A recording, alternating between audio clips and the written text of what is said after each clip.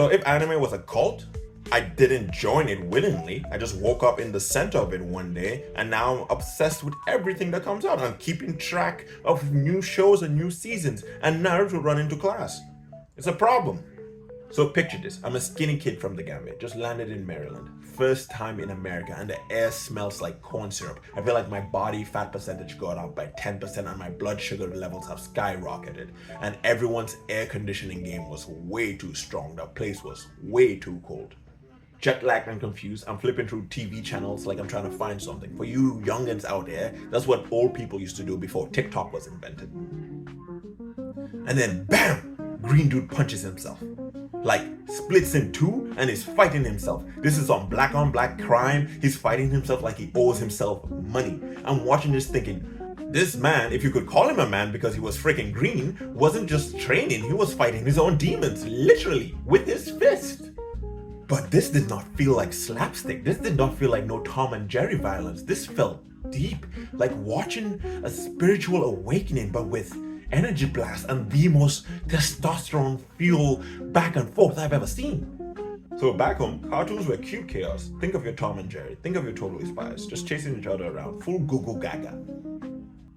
But this was violence. This was a dance. This was martial arts. This was the birth of a weeb. I didn't know what a Saiyan was, didn't know the word anime, but my soul was like, hold on, let him cook.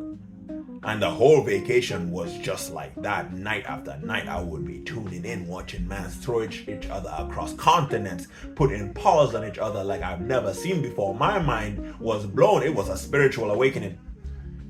But just as it suddenly appeared, it vanished. Vacation over. Back to Gambia. Back to my Gogo Gaga cartoons. Nothing but the memory of the most vicious hands fading away over time. But then one day, my cousin, bless his soul, drops a VHS tape on me. If you don't know what that is, look it up. It was our gold. My cousin walks in, no words, just hands me this battered tape, smelling like secrets and enlightenment. And just like that, Dragonballz is back. Goku's half dead in some sci-fi hospital pod looking like a bum. And this huge monster with the most flamboyant attitude is screaming and transforming. And then, my prince, he speaks. The first VegEtA speech. I knew he was the big bad guy, but now he's talking to the team. He's talking to them against this flamboyant alien. And when he opens his mouth and you hear the first VegEtA speech ever, you realize this guy isn't the hero. This guy's the broken guy. This guy's the guy that life's kind of slapped him over and over, and now he's at his wit's end. He's just there crying. Like, this man cannot catch a break. He started life on hard mode, and life just keeps on hitting him down. And oh my God, that continues for the rest of the show. This dude has taken more ass whoopings than anyone in the show, but he will not shut up about it. But in this case, he's bleeding, he's talking about a dead planet, he's giving Goku props and everything, so it's like, what is gonna happen to this man? And then he dies. I have never seen an execution in cartoon format. I had never seen and this blew my goo goo gaga brain. This man was executed. Never saw anything like that before in my life.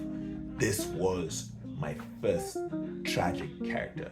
And at the time, I didn't know about Dragonballz too much. I didn't know that death meant nothing. I thought this man was gone. I thought this was the last time we saw this guy. I did not like him when we first met. He was beating our boys up. But now, he is crying and everything. I thought he was going to be saved, and boom, he's done. I'm like, yo, why you do him like that? He had a chance. That was the first time I experienced a tragic end to a character. Again, not knowing that this meant nothing. That was the first time I didn't want him to die. But then the VHS did not give me a chance to breathe, because then the Frieza Goku fight started going down, and that was immaculate. Again, it just blew my mind, blowing my mind years ago. It did not matter. They did not care anymore. And the VHS ended with Goku going Super Saiyan. What in God's name is happening? But I am down for this. I am hooked. This is my religion now. But of course, I'm still in Gambia. No internet at the time, no way to continue the story. And just like that, as the VHS ends, that was the end of my journey as well. And for a long time, I don't even know how Goku beat Frieza. I saw him transform into Super Saiyan, but that was it. That was it. I didn't see the fight. I didn't see the conclusion. I thought it was over too. I thought that was it made sense that the show ended at that point. I thought it was over. I moved on with my life. I'm not a weeb yet. I escaped the clutches. But one day, in a tiny game shop in Serakunda, I find it. The Legacy of Goku 2. I didn't care that this was the second one. It was just like Dragonballz. I know that IP. I know what that is. Let me buy that. Let me relive some of this joy. I plug it into my Game Boy Advance and it is on. And this took me for another ride. The Cell Saga was pure, unadulterated mayhem. There he is, up and about as if nothing happened to him, Vegeta. And he's still mad, still petty, still a big ass bitch, but still carrying more baggage than a healthy individual. But man, you think I forgot? You think I don't remember you crying like a bitch the last time I saw you? But that carried on, because I noticed something. Beneath the yelling, beneath the sadness, between the badassery, between the Super Saiyan I am Prince Vegeta, for the first time I was like, this guy needs therapy. He's punching stuff a lot instead of talking things out a lot. But the game, the story does not give a crap about this man. Vegeta turns Super Saiyan for the first time, gets his lick back on the androids, gets his ass kicked by the androids. Vegeta goes into the hyperbolic time chamber, comes out as a Super Saiyan grade 1.79, gets his lick back on Cell, gets his ass cooked by Cell. Vegeta constantly getting up loud and shut the fuck up. And with my masculine brain, I was like, he's trying his best. He's trying his best. Because logically, there's no therapy in Dragonballz. It didn't even cross my mind. Of course there's no therapy in Dragonballz. It started to make sense. It's like, who was he gonna talk to? Bulma? His baby mama? Nah, this man has to punch things. This is his therapy. Now realizing this is as toxic as it gets. But guess what? That was more relatable than most feel-good stories out there. He just wanted something so bad, but reality was like, nah, not today. You are not the main character. You're not him. This is Dragon Ball Goku. You went there in Dragon Ball. You ain't the main character.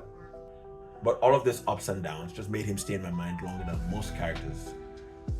Because Vegeta isn't just the prince. He's every guy that was told to man up, who just wants a hug and doesn't know it.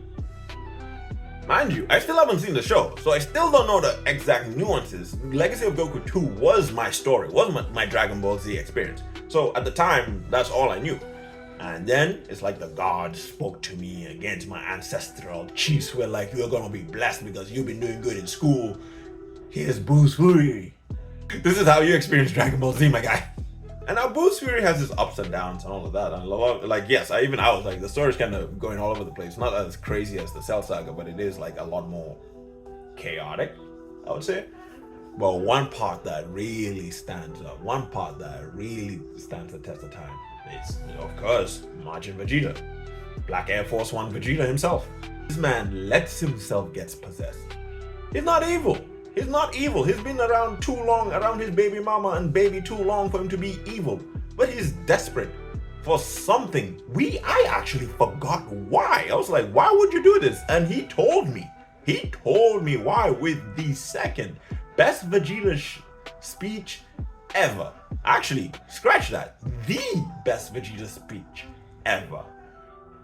Because he's got a family now, a kid, a life, but he feels like a stranger to it. And he throws a tantrum, obliterates the stadium.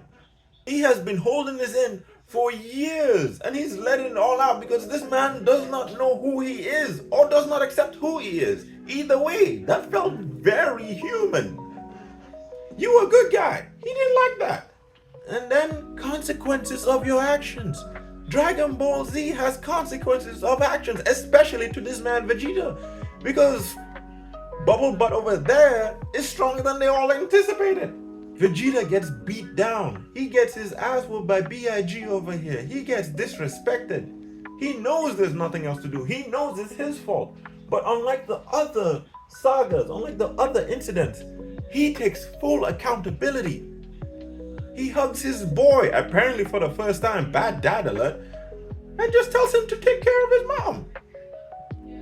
Knocks him out as well. Like, let's not forget that. Like, child abuse as well. I know I'm from Africa and our parents can put hands on us, but I'm sorry, my mom ain't no super saiyan, you know? My mom don't do martial arts or trains in 100 times gravity. Like, if she put paws on me, I am done. Like, Vegeta put paws on this little boy too.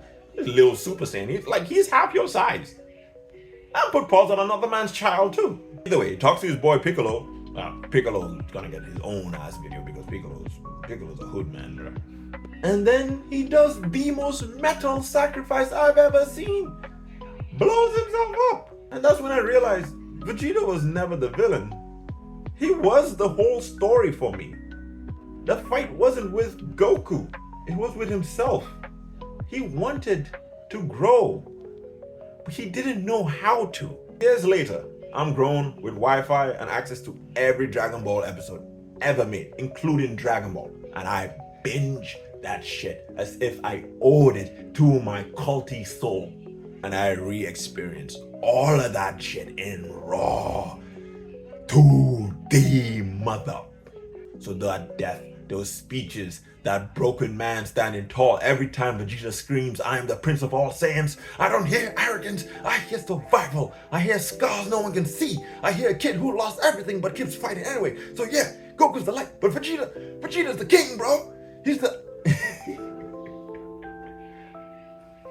So when I say my king every time Vegeta walks on screen, I'm glazing, but I'm glazing with a purpose. It's the kid in me, the man I am, and the warrior I want to be. Vegeta didn't win every fight, but he showed up. That's what makes him royalty. Long live the prince of all ass whooping. Long live my king. Long live Vegeta.